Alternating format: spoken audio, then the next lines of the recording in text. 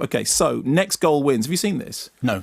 Okay, so Next Goal Wins is a football documentary about American Samoa, who were described as the world's worst football team, notoriously after they lost 31-0 to Australia. Now, I know nothing about football at all, but apparently that's not a good result. Not a great score, no. So this documentary finds them attempting to kind of regain a sense of national pride as they're coming up towards the World Cup qualifiers. They want to change it. They want to score goals.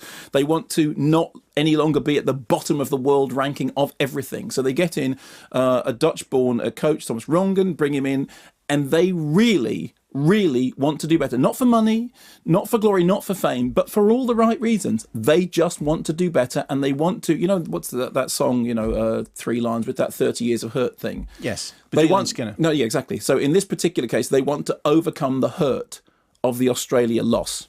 Here's a clip. I was there when Australia beat us 30-0. 30, I think 30 or 31, I'm not, but I know it was 30. My team, they got the heart.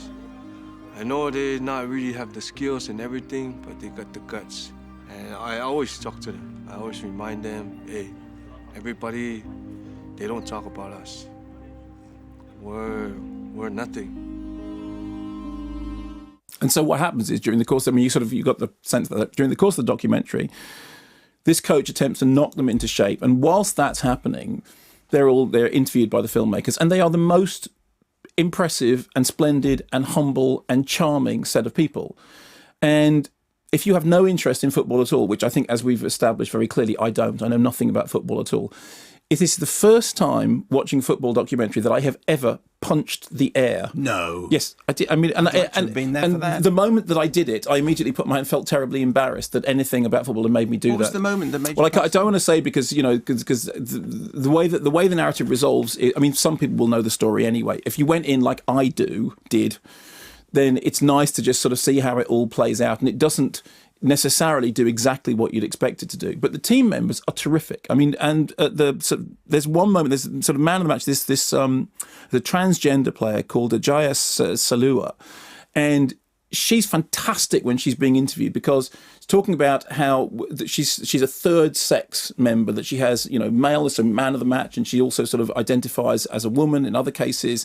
And the team are just completely fine about all this. It's brought up and then it's moved on, and plays really, really hard, to the point that Thomas Rongen, who is the coach, who goes in there, and he has a personal tragedy in his life as well.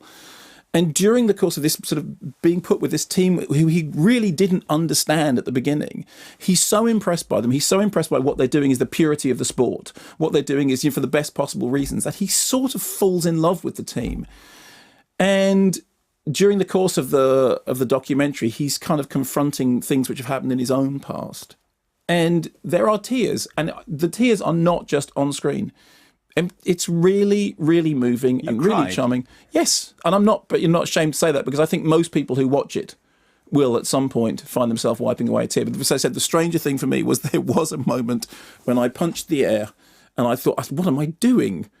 I don't punch the air. That has to be somewhere, and I don't know because I haven't seen it, and I wasn't with you then, so I would say that must be a goal celebration or something like that. I'm not even going to tell you. I'm not going to tell you, because in a way that would kind of give it away. But it's really good fun. I know that on some of the posters of it, it's got things like best football documentary. There's a glowing quote from Stephen Fry at the top of it. I mean, it's very, very heartwarming and charming in the best possible sense, because what you get is that sense of these people aren't doing it for money and glory. They're doing it for all the right reasons. They're doing it because they want to be better. They're doing it because they want their team to do well. They're doing it because they want to sort of instill a sense of, pride in their team. And they've got really very few resources other than sheer dogged determination to be better and to not be bottom of the league. And as I said, the film starts with this 31-0 loss, and that kind of hangs around their neck like a sort of albatross. And that's the thing that they're attempting to shed.